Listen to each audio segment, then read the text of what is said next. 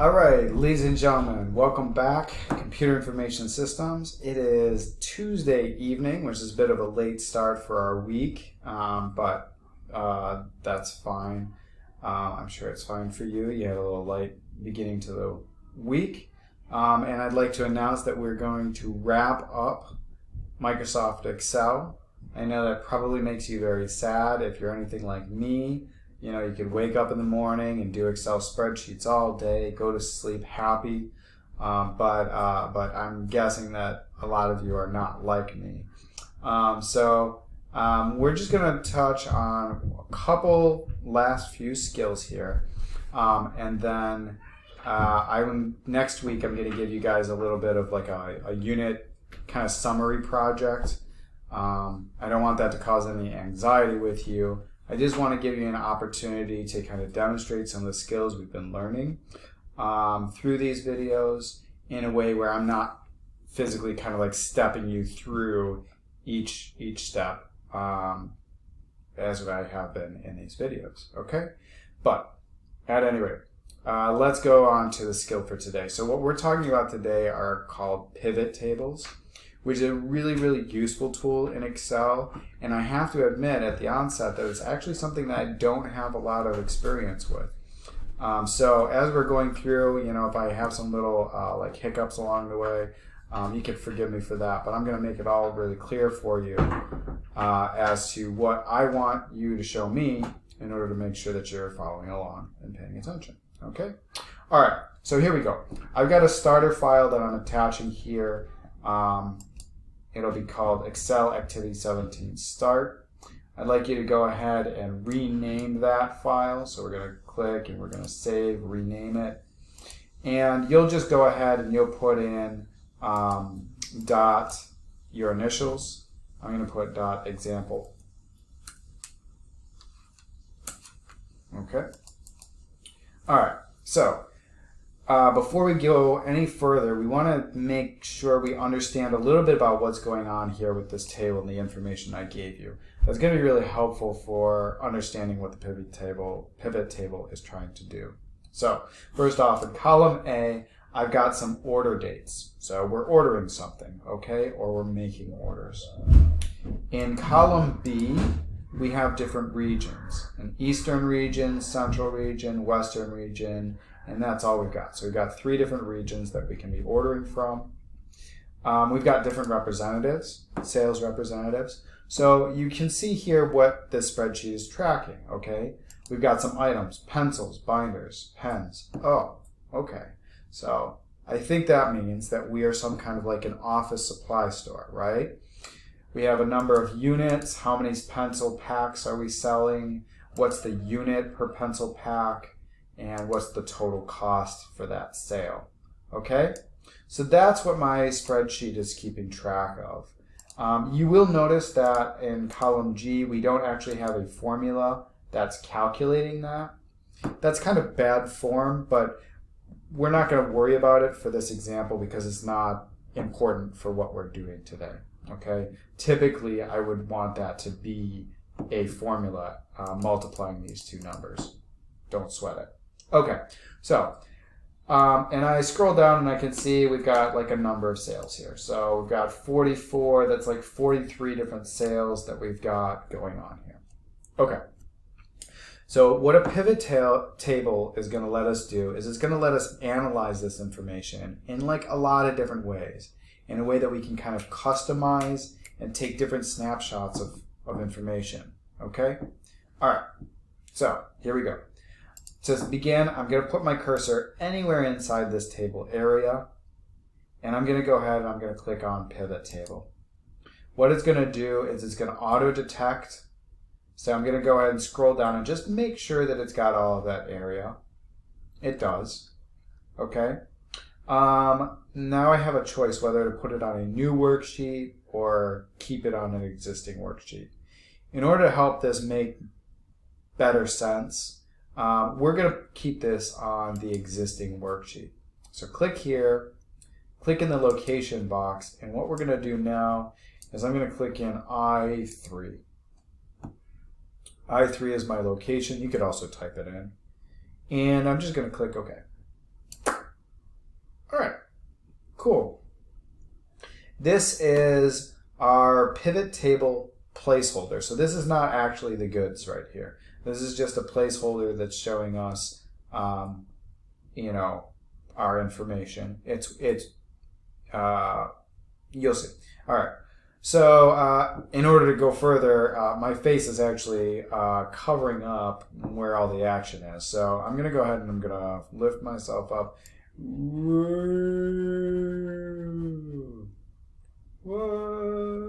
All right. Sorry. Anyways, so here I am. I'm up here. Hi. And what we're looking is right down there. Okay, cool. So the pivot table of fields. We have up here, we have a list of options, and these are all based off of our column headings. And down here, we have 4 boxes with which we can add this piece of information to change what our pivot table looks like. Okay, so let's take a quick example. Okay, maybe what I want to do is I want to look at my different representatives. So I'm going to click here, and I can choose to make those representatives either the rows or the columns. We're going to keep them as the rows. I want to see for each of my representatives what items they are selling. Okay, so Mr. Andrews is selling binders and pencils. Mr. Gill or Ms. Gill is selling binders, pens, and pencils. Okay, so now I have a better idea of what my sales representatives are selling. Okay, these are set up by rows, representatives, and items. I can also set this up with representatives as the rows and items as the columns. So you can see here with the drag and dropping method, I can manipulate how this table looks very quickly. All right. Now, this is not actually giving me any information. What are my values? What do I actually want to show up? Not that. Okay, what I want to show up is I want to show up, you know, like how many, let's say, how many units are they selling of each of these items? Okay. So here I'm going to click on units, and it's putting it in the values section.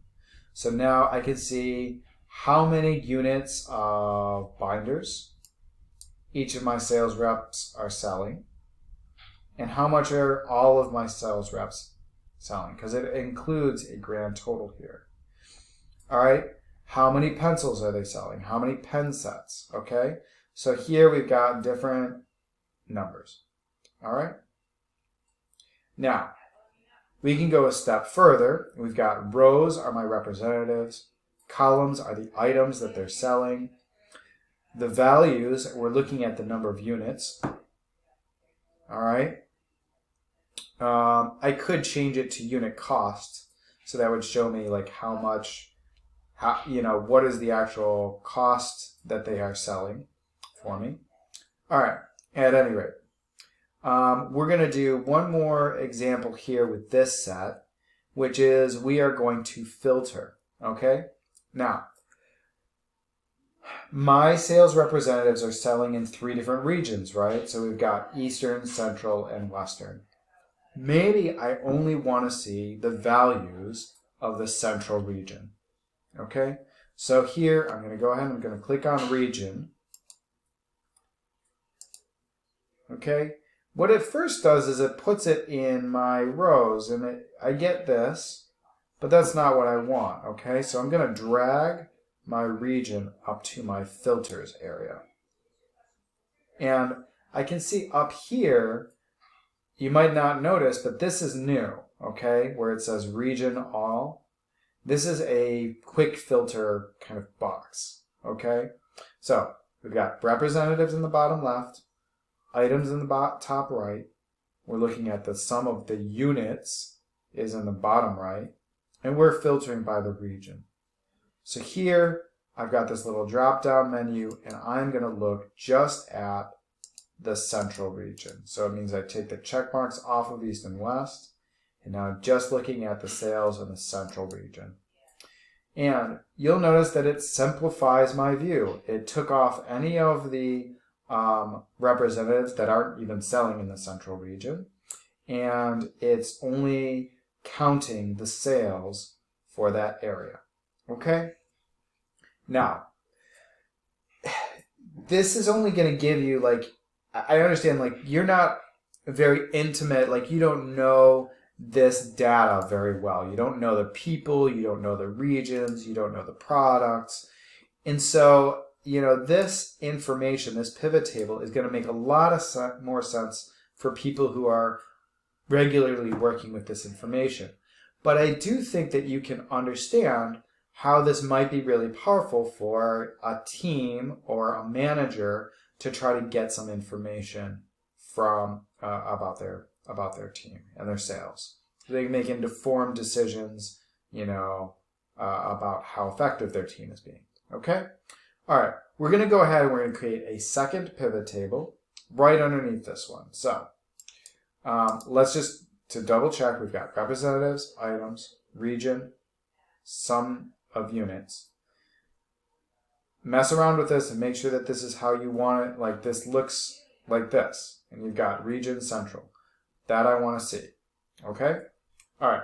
I'm going to go back into this area where my table is, and we're going to do another pivot table. Click again. Existing worksheet. Click in location. And this one we're going to put down here in, what is that? I-13. Click OK. And we've got the same thing again. We've got another pivot table, and we've got another set of filters. It's the same information. Okay? All right. Okay. So for the second pivot table, what we're going to do is we are going to make sure you're in this area. We're going to look at the regions. Okay, Central, East, and West. We're going to look at what items they are purchasing. Okay. I can see that desks are not selling well in the Eastern region. Maybe there's a reason for that. I'm going to look at how many units, so how many they're buying of each item. Notice how it's populating down here, region and item. Okay, the sum of the units. And I'm also going to look at the total amount. So how much am I making? How much money am I making from these different areas? Okay, so here we've got the central area, what it's ordering, how many of each item, and what are the total sales. We can see up here the total units the region is ordering, and the total number of sales, that's a dollar amount right there. Which brings me to my last little point here is we can, after we create a sum pivot table, we can customize these. So I'm going to highlight down this area from here, from K14 down to K30. And I'm going to go back to my home tab, and we're going to add a dollar amount. So I'm going to add English dollar amounts. Okay. And I think that's about it. Okay.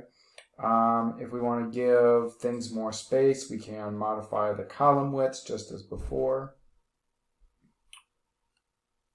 All right. So that's really just a snapshot of pivot tables. It takes kind of some experimentation and like getting used to it and how they work. But we have created two pivot tables that are informative, that slice out different pieces of information and help demonstrate like how we can find some meaning in a very simple table. Okay, and this shows and demonstrates how this can be a really useful tool for managers or people who are running like large businesses and trying to figure out how to make meaning out of the numbers that we're getting from our data. Okay, so go ahead and look at how I've set this up. If you need to, you can go back and kind of redo these steps. If I take all these check marks off, it will go back to just a placeholder and I can start fresh from the beginning. All right, y'all, take care and have a good evening.